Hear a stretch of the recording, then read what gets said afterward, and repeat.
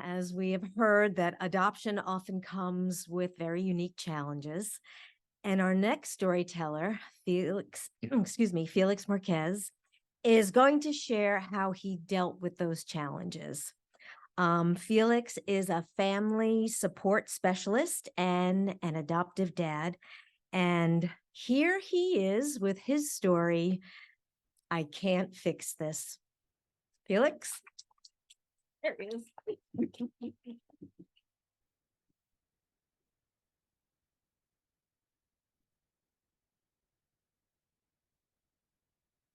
So 5 years ago, I got roped into attending the coalition's reframing parenting workshop.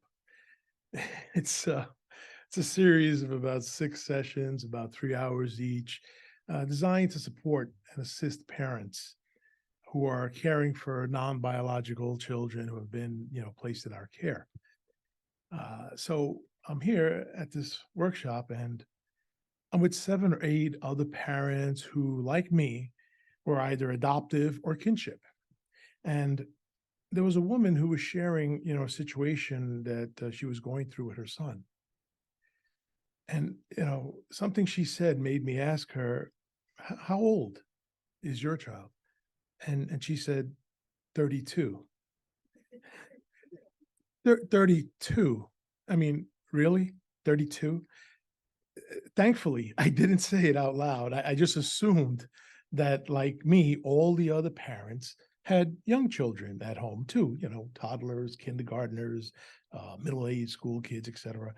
But 32, I was shocked. All I could think of was, this person is in the same class with me, talking about their 32-year-old son. Is this what the rest of my life is going to be like? Yeah. And here I thought I understood what trauma was about. I mean, I took all the classes, I did the MAP class and the different workshops offered through DSS, Agape, even a few TBRI sessions. Um, you know, Plus I'm an operations guy, I'm logistics. I solve problems. That's what I do, you know. And here I am in a class with a parent of a 32-year-old, you know. I mean, what problems could this child have who's no longer a child, you know? And at 32 as a parent, you're still dealing with this?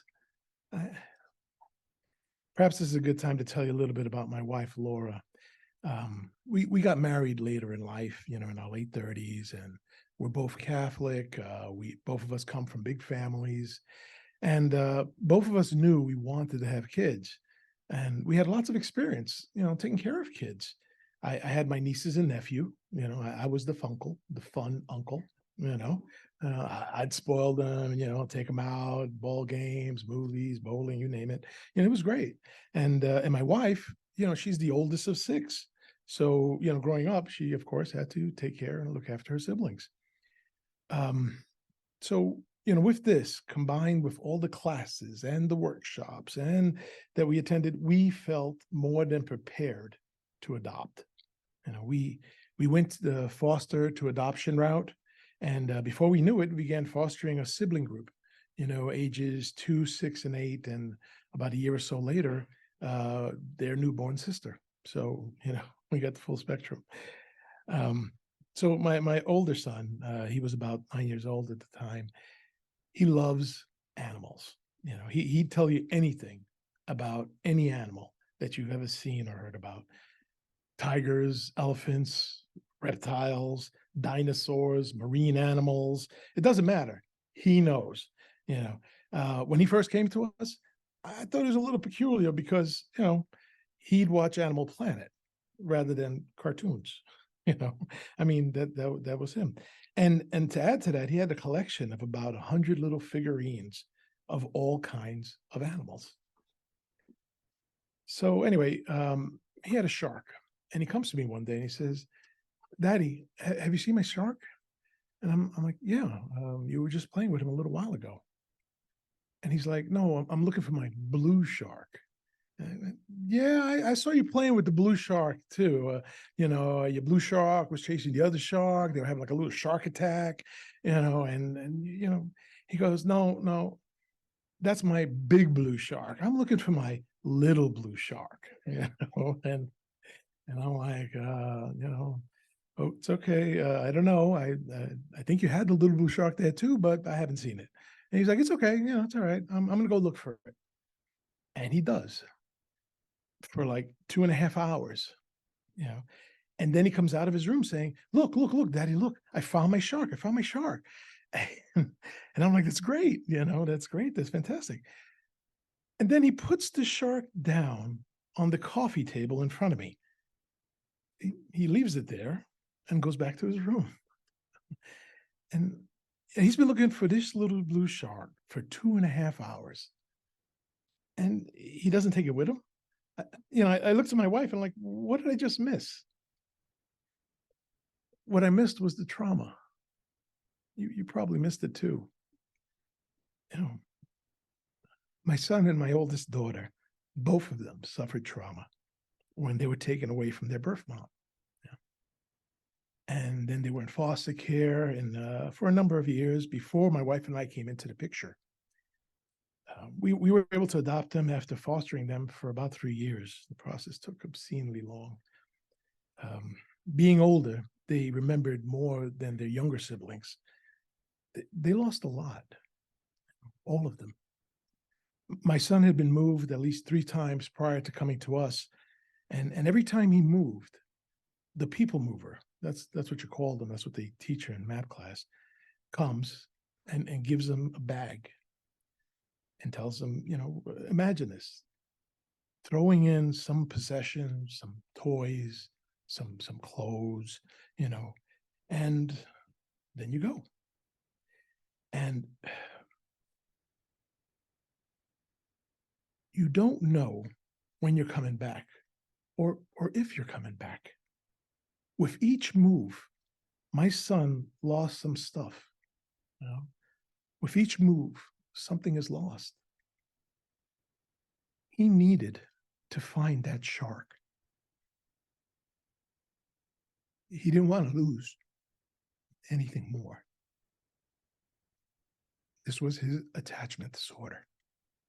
And at this time, he had already been living with us for years. We weren't like a new placement or anything. It was his trauma showing its face again. That's why it was important enough for him to take 2.5 hours out of his life to find that shark.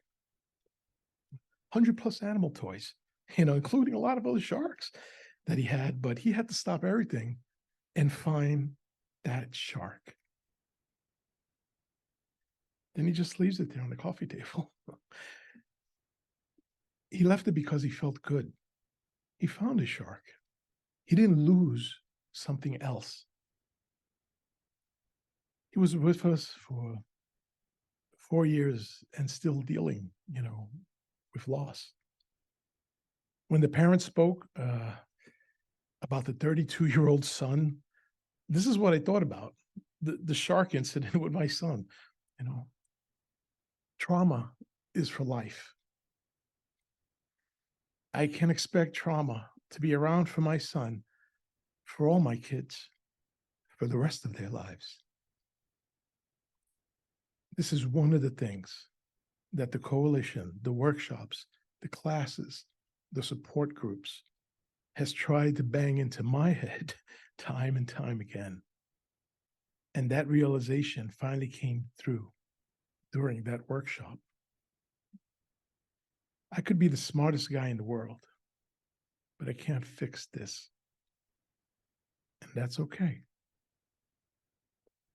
Because I can continue to learn, to do the work, to be there for them. This is what life is all about. Celebrating the wins, like finding that shark.